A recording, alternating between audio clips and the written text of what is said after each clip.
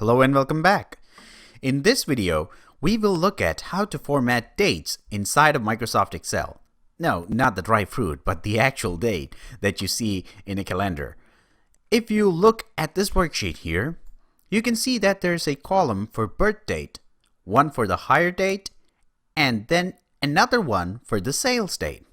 Let us look at how we can format the hire date first. You can see that all the hiring took place after the year 2000. So we don't actually have to show 4 digits of the year because it's all in the same century, So for this, we will do what we always do. We will go over to the top of the column, right here, and then right click and choose, you guessed it, Format Cells. Inside of Format Cells, you have a date option right here. And there is a 2-digit year option right over here. You can also see that there are several other options to choose from. Choose the one you like. In this case, I'm going to choose the 2-digit option to save some space.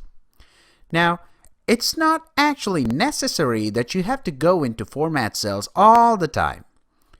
You can just choose the column, then go over here to the cell type and choose Short Date.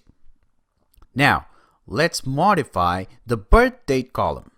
Again, right-click and go to Format Cells and go right over here to Custom. Right over here.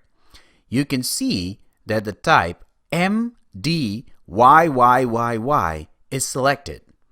You can change it here, or you can actually modify that type. Now, if I type in 2 more M's like this, so that now it has 3 M's, it will abbreviate the month. 1 more M and it will spell out the month. It works similarly for the day part as well.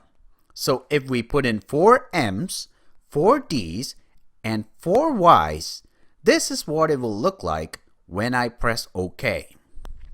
See that? Now, it's a little bit too long and tedious for someone to read through dates like that. Let's go back. Let's just go to the drop arrow and choose Short Date. And now double click the boundary to reset the width. Now, my favorite view for dates is this one right here.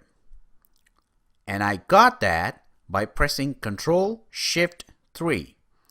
It will display the date with the day first, and then the abbreviation of the month, and then the year.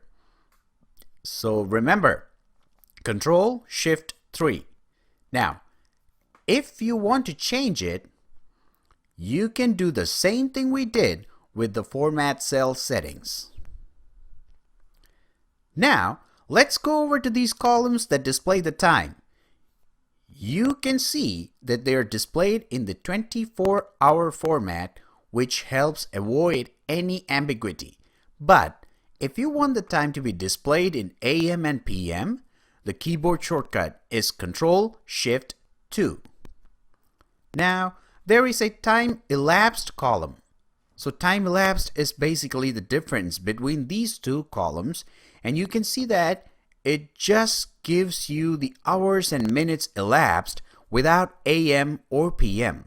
That's because it's the elapsed time and not a point in time of the day. But if we try to subtract these two columns and find the time elapsed, we will run into that problem. For example, let's just look at these columns and let's choose that formula and type it right over here. I will click this cell and type in this formula, equal to this one minus that one, and then press enter. Now you see it shows the AM. That does not make any sense because we're talking about the elapsed time.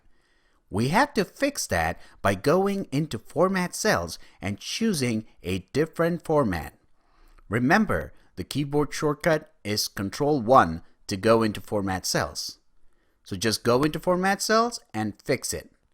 So that's all for this video. Practice it and be back for more. Thanks for watching.